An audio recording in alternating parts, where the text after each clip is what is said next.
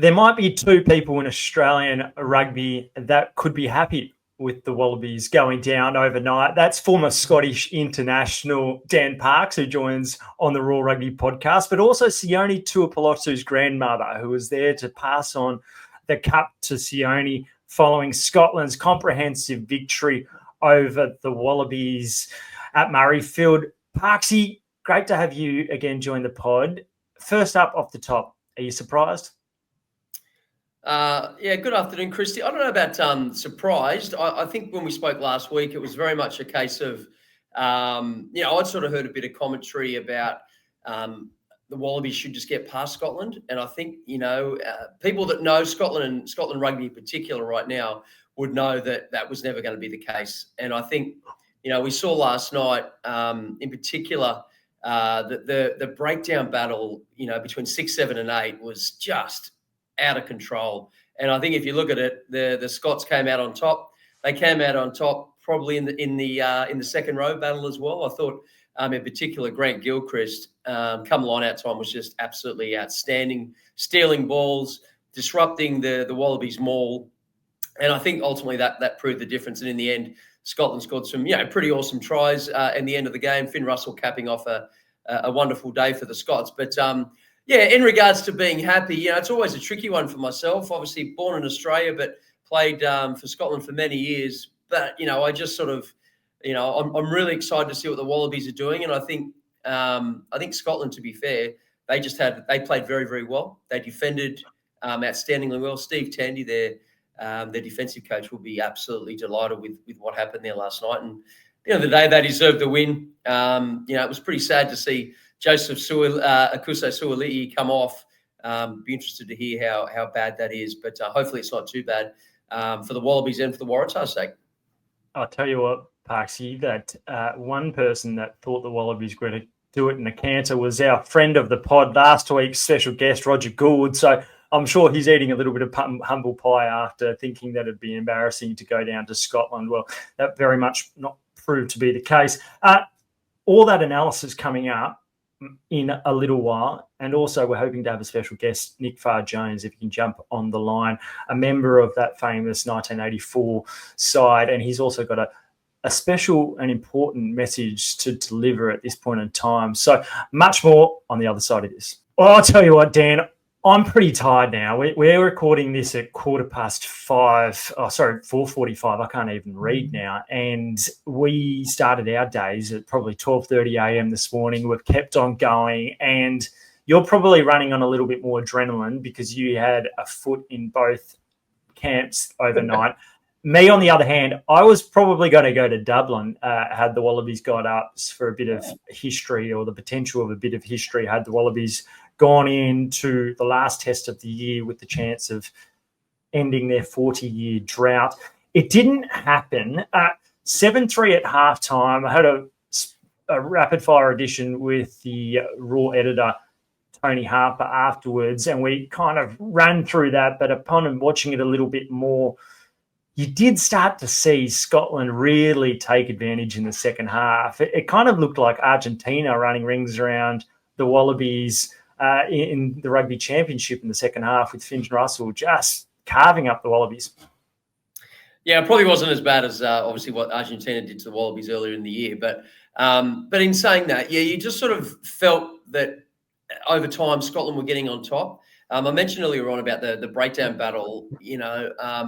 Jamie Ritchie probably hasn't been in the form he would want to be in recent times for Scotland. A former Scotland captain, he had probably his best game in, I'd say, at least 18 months to 2 years. He was absolutely outstanding, the six for Scotland. And Matt Fagerson, on his 50th cap, he was epic as well.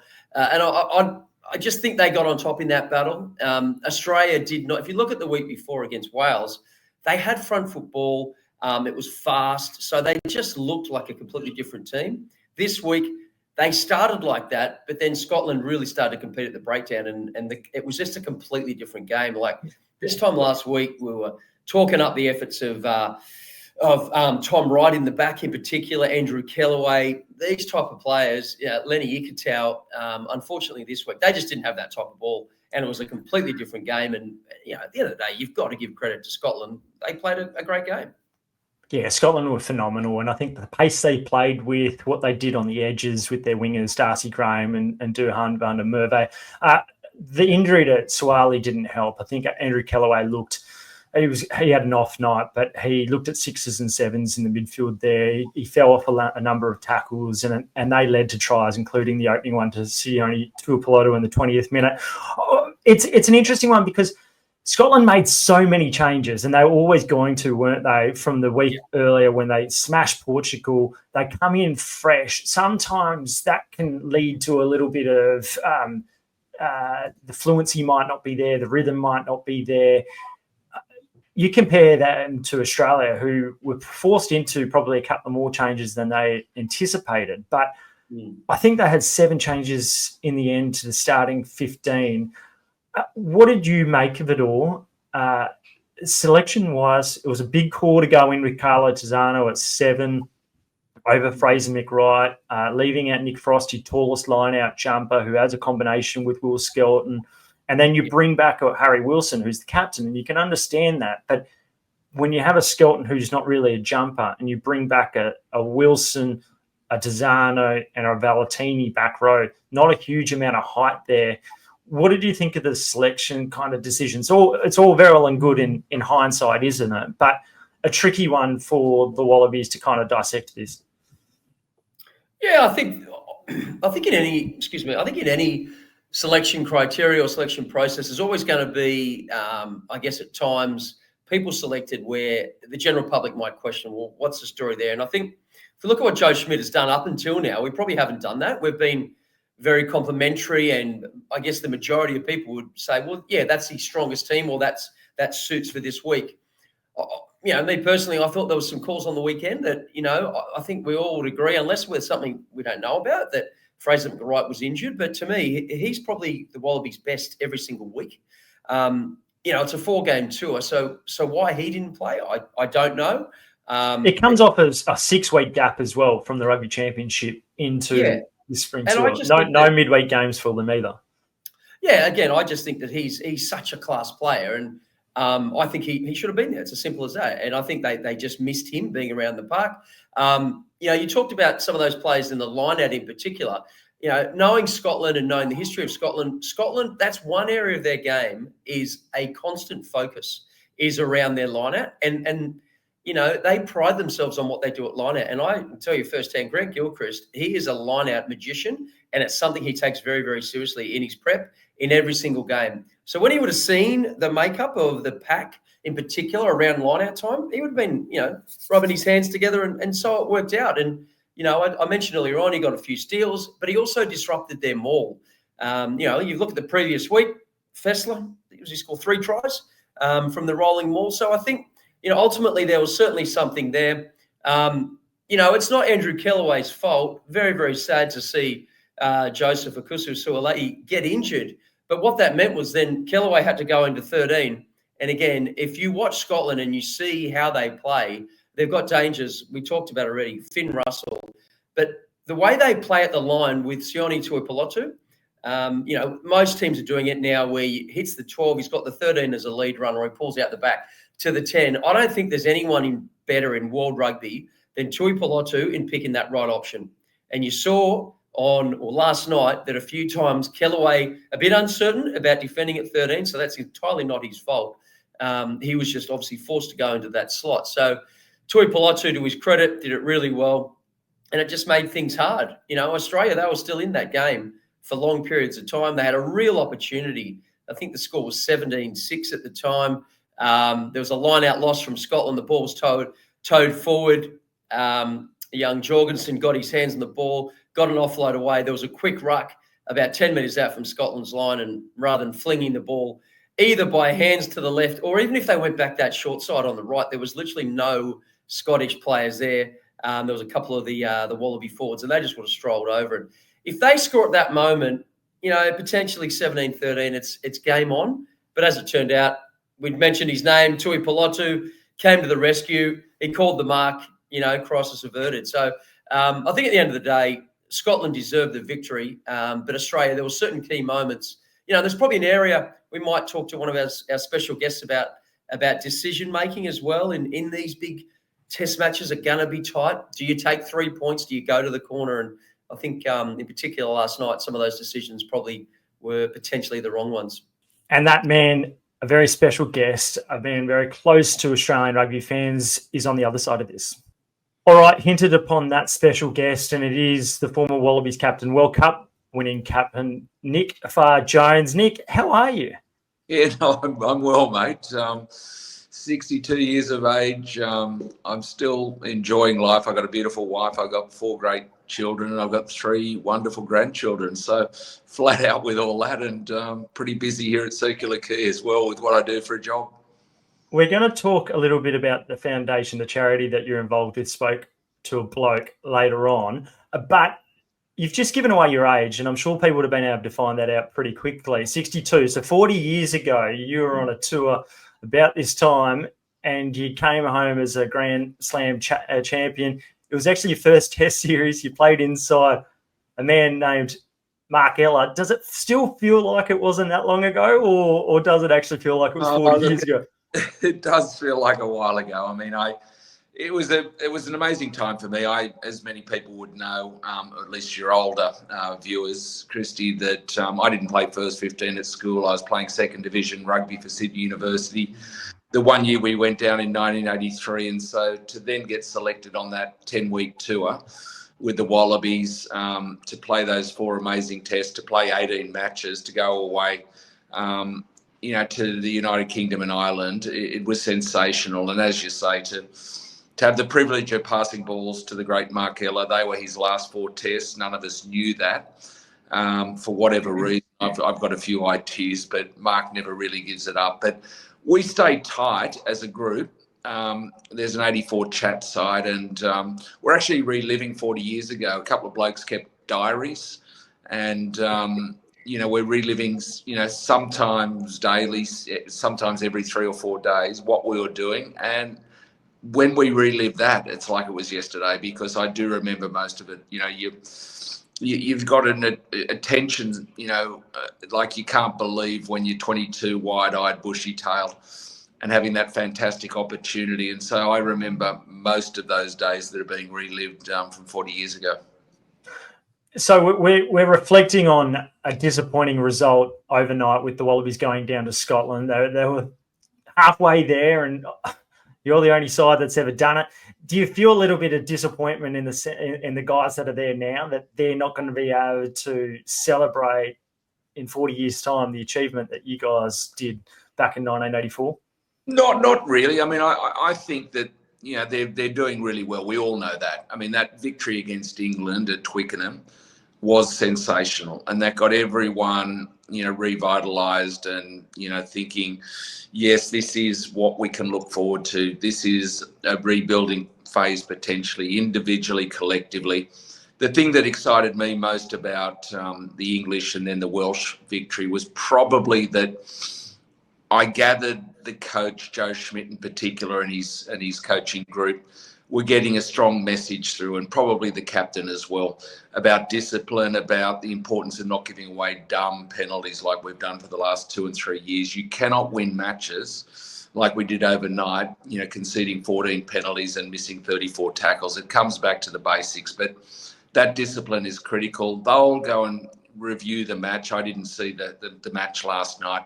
I've just heard Dan talking a little bit about it, but you just got to, in test matches, particularly when you're away, the basics are critical. Your discipline is critical.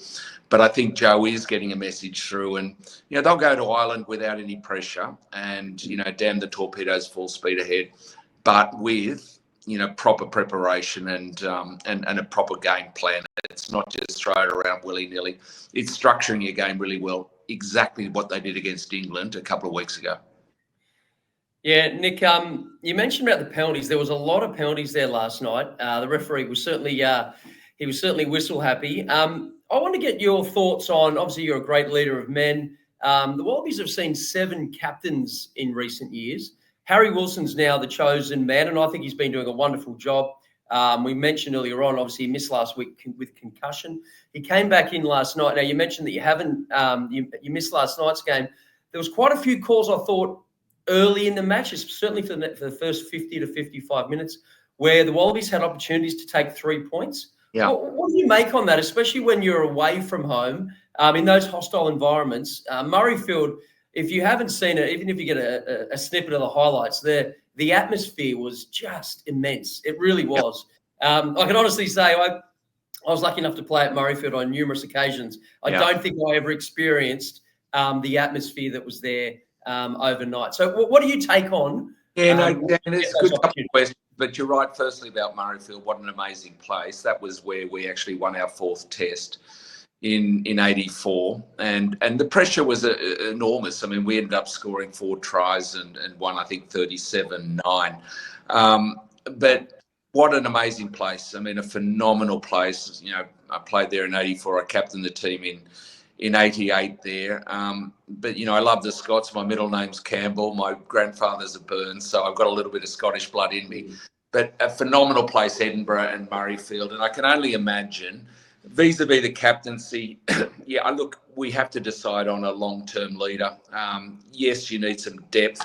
I was very lucky in that whilst I captained the team, you know, for 5 years, I had leaders all around me. You know, I had Michael Liner to my outside. I had people like Timmy Gavin, Simon Poitevin. You know, we just had phenomenal leadership and, you know, throughout the team. And that's really, really important. And I'm sure that Joe will be, you know, conscious of developing 4 or 5 guys who have been around, who can call the shots, who can help Harry. But you have to, you know, finalise on the right person. Vis-a-vis your question about taking points, absolutely. All day in a major test match, just to get the scoreboard ticking, just to try and build the confidence. I'll take the 3 points every day, obviously depending on, you know, the state of the game, you know, how long to go and what the scoreline is. But to build a lead, I'll do that every day. And I think sorry, Christy. I was just going to say, I think on that point, we're going to touch on it later on, but if you look at how France play at the moment, in particular, Thomas Ramos, he just does not miss. He gets opportunities at 3 points from anywhere inside the 50, and he'll take them. And it just keeps that scoreboard continuously ticking over. And I think that's been key to France's success recently. It just builds confidence. Remember, I played over 50 tests with a bloke called Michael Liner, and you know, he probably had a strike rate of 85%. So, you know, just to run back, to receive the ball, to play to your structures, but to get that scoreboard ticking. You got to remember, we won a World Cup final, one lousy try, a rolling maul, 12-6. Those points are critical. And we know that many major games, major test matches come down to, you know, a couple of points often. So you'll always look back and never regret taking 3 points. Justin Harrison sounds like a broken record every time he's on commentary saying, got to kick the points, got to build scoreboard pressure. And at 17-6 on the weekend, the Wallabies probably regretting that they decided to turn down the points on a couple of occasions. Just on the captaincy, there was probably a toss-up between Harry Wilson and Alan Alatoa. Now, Joe Schmidt's spoken about ever since he came in the door that he doesn't worry about the captain. He wants to pick the side first and the captain will sort itself out later. Do you buy that, or do you just think that that's a man that's really searching hard to try to find the right leader? Because when he was in charge of Ireland, he pretty much had Rory Best into, you know, Johnny Sexton and didn't really veer too much between those two guys. I think the latter of your two views, it would be great to settle on a long-term captain. And, you know, you need that stability. You need that, you know, leadership. As I said, you need leaders across the park within your team. You need, you know, hopefully 3, 4, 5 leaders on the field. I think the greatest teams, and I was blessed in the early 90s to have a team that was a combination of, you know, 3, 4, 5 guys who'd been around the block a long time and a whole bunch of young guys coming through. I mean, some of your viewers and listeners won't know these. Well, they'll know the names now, but back when they were selected, even John Eales only came in 91. But, you know, Horan, Liddell, Kearns, Daly, McKenzie, Roebuck, Edgerton, they were all playing in their first and second year of the national team in the late 80s, early 90s. And that combination of youth and experience was was a great blend, and it was critical to our success and taking our team to the best team in the world for a number of years in the early 90s. So I always think you've got to have a balance. You've got to have a bunch of leaders on the field that your captain can look at. The captain calls the shots on the day, but outside me, if Liner wanted to call the moves, absolutely you take over, Michael. In the forward pack, McCall, Poitevin, Gavin, absolutely perfect. So you need a combination, but no, I don't think Joe is probably being truthful when he says, pick the team first and then the captain. You need some sort of stability going forward. If you look at the best Australian teams across a whole range of sports, they've often had a long-term leader who knows what he's doing, and the team respects him. And, I think that's a critical ingredient into success in sport, team sport at least. Speaking of selections, obviously a great halfback for many, many years of the Wallabies and all the different clubs that you played with. Where do you see the current crop of Wallabies? Obviously, Jake Gordon's, you'd probably say is considered the number one at the moment. Nick White's there. Tate McDermott, he's been having, he had great success against England coming off the bench. Probably didn't have the same impact last night. Obviously, it was a different type of game. Where do you see that at the moment? And who do you potentially see as your starting halfback moving forward? Look, Dan, I like Jake's leadership. Again, I spoke about the importance of leaders, and I think that he would, as a scrum half, I think it's a good position to, obviously be calling the shots. You get the first use of possession. So he'd be my go-to run-on guy. But as you said, Tate was, terrific when he came on against England and sniping. And, of course, Nick's been around for a long time and offers leadership. So I'm not close enough to the game to have a really strong view, Dan, like you would. You'd be watching it, week in, week out. I'm not. I've got a bunch of priorities. It doesn't mean that rugby's not important to me, but I'm not watching the game as closely as you are. So I prefer perhaps not to talk about that. But I would love to see potentially a really good young bloke coming through. That we saw like the Gregans and the Genias and what have you. Not to put the current crop down, but I want to see someone come through who's going to own that jersey for a decade. And that's what we need coming through. And I think we're starting to see signs of that. I'm not writing off the current crop, don't get me wrong. I think Jake, Tate, Nick, all terrific players, and we'll never let that gold jersey down. But I'd love to see someone come through in the next 2-3 years that just steps up and says, I'm going to own that jersey and I'm going to dominate in that position. Hey, Nick, give us a story, your best story from the 84 campaign. You were away for 10 weeks. That's a long time. You had a pretty interesting character in Alan Jones as the coach. You had a David Campese that was the life of the, on the field.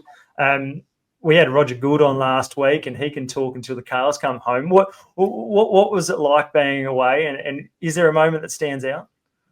Oh, look, it was sensational. We probably had 4 weeks in England, a couple of weeks in Wales and Ireland, and then Wales and Scotland, and then Ireland.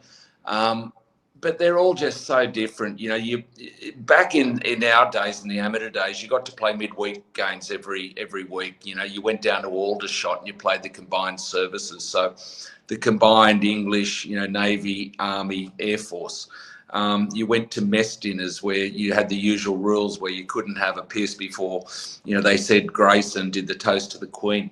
You got to go to the palace. You went salmon poaching in Scotland. We went to Hoyk, where the great Bill McLaren comes from, the wonderful BBC commentator. And of course, Dan would remember him well, even though he's a lot younger than I am. But, to go to Hoyk, this little 10,000 people Scottish farming region, and play a midweek game there. And the Scottish farmers knew the Wallabies are in town, and so they invite you to go out salmon poaching, which of course you've never done. And so everyone puts up their hand, and you go out at 8 o'clock at night, and it's freezing and it's pissing down with rain, but you go out salmon poaching, and you get broken up into 3-4 wallabies with one of the locals, and you make your way down through the gorse. It's pitch black. You turn on your light. They say, watch out for, the rangers, because if we're caught, we're in the magistrate's court the next morning. The next thing, your floodlights on the creek, or the wee little burn, as the Scots called it. And these fish, 4 and 5 feet long, just motionless. And the next thing, the gas in the water, and this fish is flapping on the banks. And in my group was Andy McIntyre, the Queensland prop forward, and he just pounced on this fish, and he got it in a headlock and gave it a couple of good smacks in the head. To me, that's the essence of rugby touring. That's what it's all about. Forget the playing, but those sort of experiences, which are just, I don't think you get that in many other sports. But as Dan knows, coming from Scotland, to go to those places and experience their cultures, and to accept every invitation you get, as we used to do. Fortunately, Alan Jones was asleep most of the time when we went out, so he had no idea what we were doing. But it's sensational. Rugby touring was a very, very special part of life. And I suppose you've got to go back to the amateur days. We only played 6 or 7 tests a year, so you occasionally had that opportunity to do those 10-week tours. You couldn't do that now, of course, because we're cramming in 14 tests to meet the income or the revenues that pay for the professional game. But back then you could do a 10-week tour and play all these midweek games, and I feel very privileged to have been a part of that. We're going to speak about what we also brought you on in a moment. I want to find out who's the best tourist and the worst tourist from that campaign. I'll think about it. We'll come back to that one. So last week was International Men's Day to raise awareness around men's health, and that's something that I know Dan is passionate about as well. He's involved in an organisation, but you're involved with Spoke to a Bloke. Can you tell us a little bit more about what it's about, why it's come about, and where you come into it? Yeah, Christy, I suppose I've had a career, the last 25, 30 years of being involved in not-for-profits. I mean, the opportunity you get out of a bit of a profile from sport to go to functions, to accept things. I'm the much richer for having put up my hand for most of those invitations I've received. I was on the board of Wesley Mission for 10 years from 2000. I lived in France. I joined a French investment bank from 95 to 99. When I came back, I had the privilege of joining Wesley Mission for a decade, and then I raised about $1 million just through sports lunches for their work with the homeless. My wife co-founded Stand Tall, which is a fantastic, it's the biggest, what do you call it, just events, that we have an annual event at the National Convention Centre. This is all around 14, 15, 16-year-old kids, resilience, strength, looking after each other. Again, it comes back to mental health and the terrible statistics that we have in this wonderful country. So we get great speakers and great entertainers. We do a lot of regional events. So I've always had a finger, and I've chaired that board for 10 years. I've always had a finger in this sort of area. But I'm not actively involved in Spoke to a Bloke. There's a couple of guys who do a fantastic job, but it's about getting men together, going for a walk, and making sure you look after each other. They've asked me to come along on the 22nd of March. There's a walk from down the northern beaches over to Watson's Bay. You get together after. You might have a lemonade or a beer, but you get together as men on that walk and you have a chat. And you're basically asking, it's a little bit like, are you okay? Everything going okay? So the bloke who founded it and his good mates, his brother passed away, committed suicide. And so way too often, we just are not aware when people are struggling. And we just need to communicate more. We need to ask that question, are you okay? We don't need to do as Nico Hines once said, once a year. We need to do it just about every day. Just check up on each other. And the whole concept, Christy, of Spoke to a Bloke is just staying in touch on a regular basis and making sure that everyone's doing well, because it's amazing how many people do fall through the cracks and what little things can trigger mental health issues. And so that's what it's about. The guys asked me earlier this year if I'd come along on the walk, and I'm more than delighted to do it. And so we're just promoting that. They've got a good website.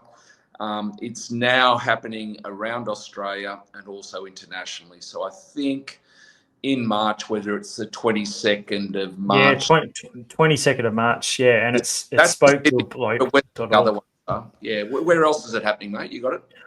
Well, 19 locations in 2025, 16 in Australia, London, and in Brighton in the UK, and in Zurich in Switzerland as well. So it's a great concept, it's a great idea, and it's something that we all have to continually remind ourselves, talk about. I know that, Dan, you're involved in one yourself, and it's something that you're passionate about too. Yeah, absolutely. I don't want to steal your thunder here, Nick, but I'm part of a men's group called W Now, which is when no one's watching. It was initially set up by former Sydney Swan Ty Keneally with his best mate David Eccles.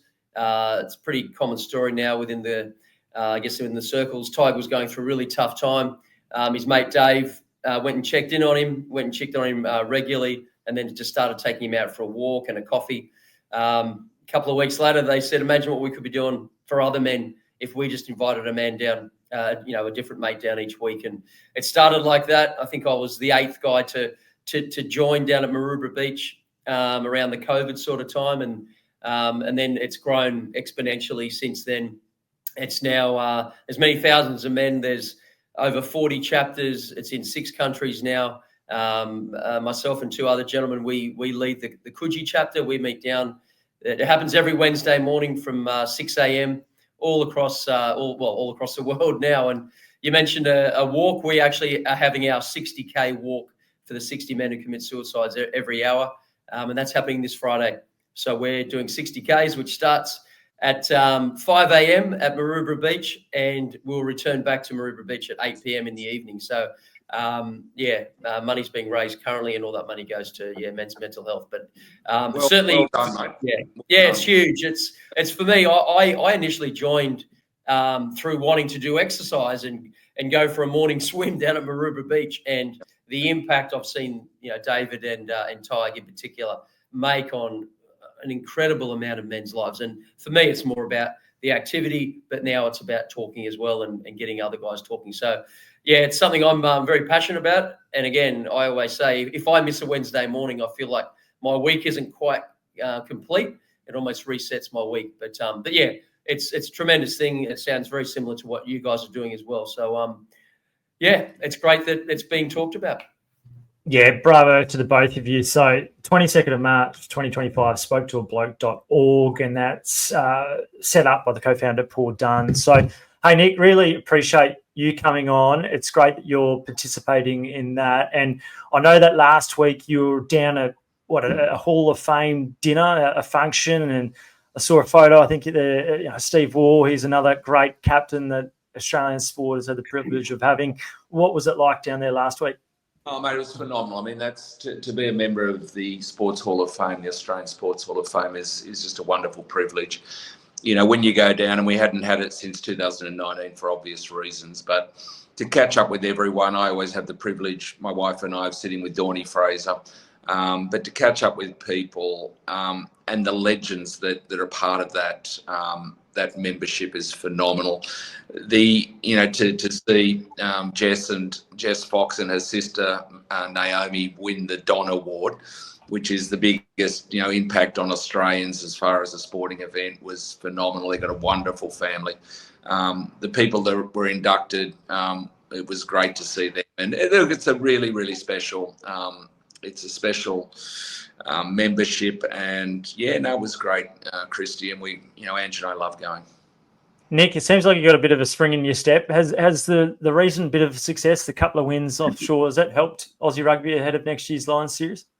Oh, look, there's no doubt about that. I mean, they're going to have to strongly evaluate. And as I said, I didn't see it and look at the failings of the Scotland test. But Dan, I came in on the back end of you chatting about it, but I gather that Scotland were fantastic. And I suspect that there's a good chance they'll almost start favourites of the Six Nations come the beginning of the year. But, the guys have now got to pick themselves up. They've got no pressure in relation to going to Dublin and Lansdowne Road, and they've got to produce a fantastic performance where there's discipline, there's good defence, their structure, but also, like we saw against England and Wales, damn the torpedoes, full speed ahead, play an expansive game, but with structure and discipline. And look, we have hope. The Lions series is coming upon us very quickly, but I think many Englishmen went away from Twickenham thinking this is going to be a tournament, this is going to be a contest in 2025. And, thankfully we've got those performances behind us before I think we go to some broadcasting rights and sales, because the economics for Australian rugby are critical. We've got this litigation coming up in Victoria and Melbourne, and that's not going to be pretty. And the economics for Australian rugby are going to be critical in the next couple of years.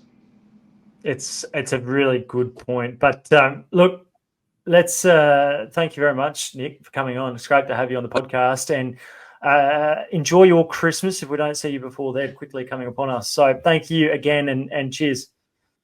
Great to have Nick Farr-Jones, an absolute great of Australian rugby, join us. And I could totally agree with regards to his leadership, his stance on leadership. But we saw a leader there, a leader of men, and it's a great idea that he's a part of with a spoke to a bloke. Then I reckon the defining moment in the fixture between the Wallabies and Scotland was 63rd minute, when Scotland are up at 17-6. They muck up a line out themselves. Rob Ballatini hacks it downfield. Max Jorgensen picks it up cleanly, links up with Harry Potter, and then about 7-8 metres out, Tate McDermott looks up and he ends up with the crossfield kick, and Sione Tuipulotu prevents the Wallabies from going over. He was an inch from being offside. He managed to get away with it, and I think he did it legally too, but he could have almost paid the ultimate price. It was such a big moment in the game because Scotland then scored twice in quick succession, and the game's done and dusted. Yeah, no, it was huge. It was that's rugby, right? It can go in numerous different ways. Now, if Scotland hit that line out, who knows? They could have mauled and they could have scored. As it worked out, they didn't. There was a mistake made. And as you said, Valentini towed it through. Potter got tackled. Now, if you look at it on replay, and in hindsight, it's a wonderful thing. If McDermott goes to the right, there's two players waiting from the Wallabies there, and there's no Scottish players back on side. They could have strolled in for an easy score, but as it turns out, they go open. And unfortunately for McDermott, he put that kick in, and it was a wobbly one, and it went straight into the last man in the defensive line, which was Sione Tuipulotu, right? Now, I got to give a bit of credit there. Obviously, McDermott, if he has it over here that goes right, or he puts a kick with an extra 10 or 15 yards, and we score untouched in the corner. Now, you got to give credit to Scotland. All their players, besides the players that were retreating back on that right side defensively, got onside, which I think was an amazing effort considering it was a towed-through ball. Jorgensen is probably one of the quickest blokes on the field, gets it, offloads to Potter. He's probably, again, in the top 5 on the field. So to think Scotland could get back and retreat, to me, that says a lot about how hard they are working for each other. Steve Tandy, the Scotland defensive coach, has been with Scotland for a few years now, and they're all on that same page. You can see how hard they work for each other. And, yeah, it was a massive moment in the game. And as we said, if the Wallabies score there, it's 17-13. It's completely game on, different kettle of fish. As it turns out, there's a bit of a soft try, I'd have to say. Bayliss, he goes down that right side, gets around 2 Wallaby defenders. Now, usually those tackles are made. He scores a try in the corner, and then the next try, beautiful set-piece play. Duan Vetemurva makes a bust, gets an offload away on the outside of Hugh Jones, inside past Kinghorn, and then Kinghorn, he was, I think he was voted man of the match. I think Jamie Ritchie would certainly hold his hand up for that slot. But then, it was the main man, Finn Russell, got the ball on the inside, and the crowd literally went bananas when he scored. A wonderful moment for Scotland. Obviously, not the best for the Wallabies. But at the end of the day, it was fine lines. I personally think Scotland certainly deserved to win the game. I thought they always looked like they were going to win, and I think that was built off the back of their just solid defence and what they did at the breakdown. As I said, their 6, 7, and 8 were very, very impressive. And I'm sure the Wallabies, there's no question they'll learn from this. They've been on an amazing run, a great win against England. Everyone was talking about the Wallabies, which was so wonderful. they put 50 on Wales last week, and the expectation was, well, we'll go to Murrayfield, Edinburgh, have a week of golfing, and we'll just win the game. And unfortunately, that's not how it is. Scotland are a top team these days, and they turned up and they put a really solid performance in. Yeah, I completely agree, and I think Jamie Ritchie was outstanding. There was a bit of outstanding street smarts there when he held back Andrew Kellaway as well down the short side at one point in time, just next to the ruck, and he got away with it.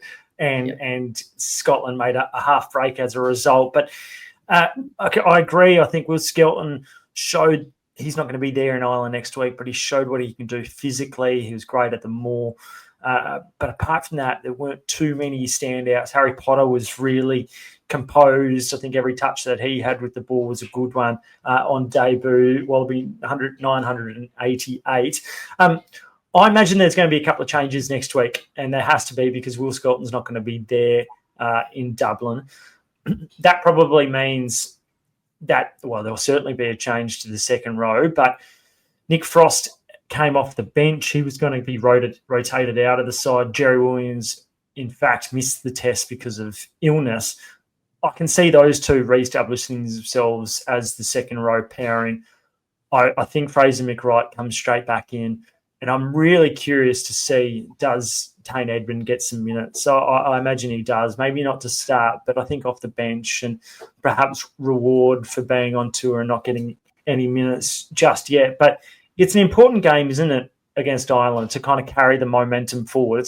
It's not just because it's another test or the last test of the year. It's one of the last tests before the Lions next season. And if you're a Wallaby or if you're on the edge or the periphery of it, you want to command yourself so you can get back into or put yourself firmly at the front of selection ahead of next year's Lions series.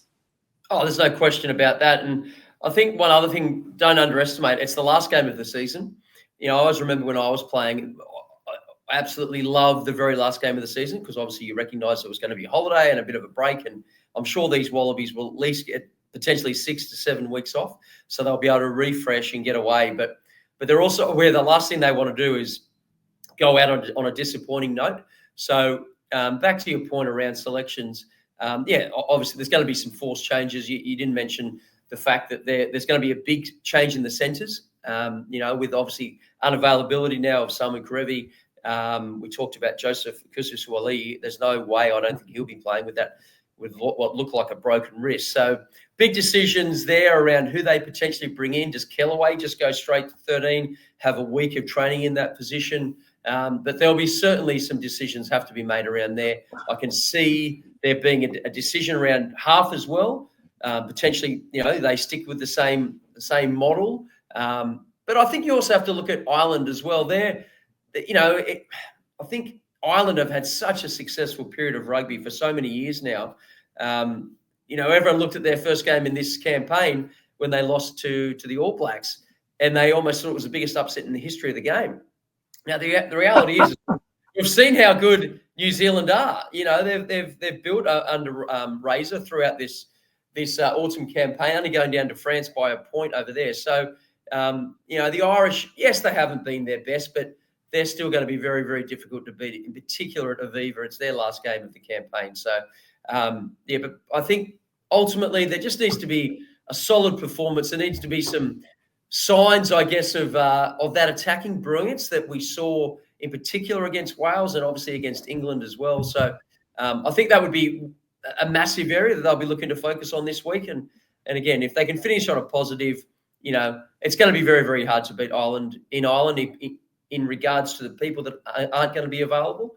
But I can see an Irish potentially winning the game, but I'd want to see the Wallabies finish strong because I believe that they've really built an expectation level here, especially in rugby fans, that it's what we want to see, and we just want them to keep improving and ideally get to that Lions series next year on a real buzz, and look forward to what is coming. Because let me tell you guys, that campaign next June, July, it's going to be something else.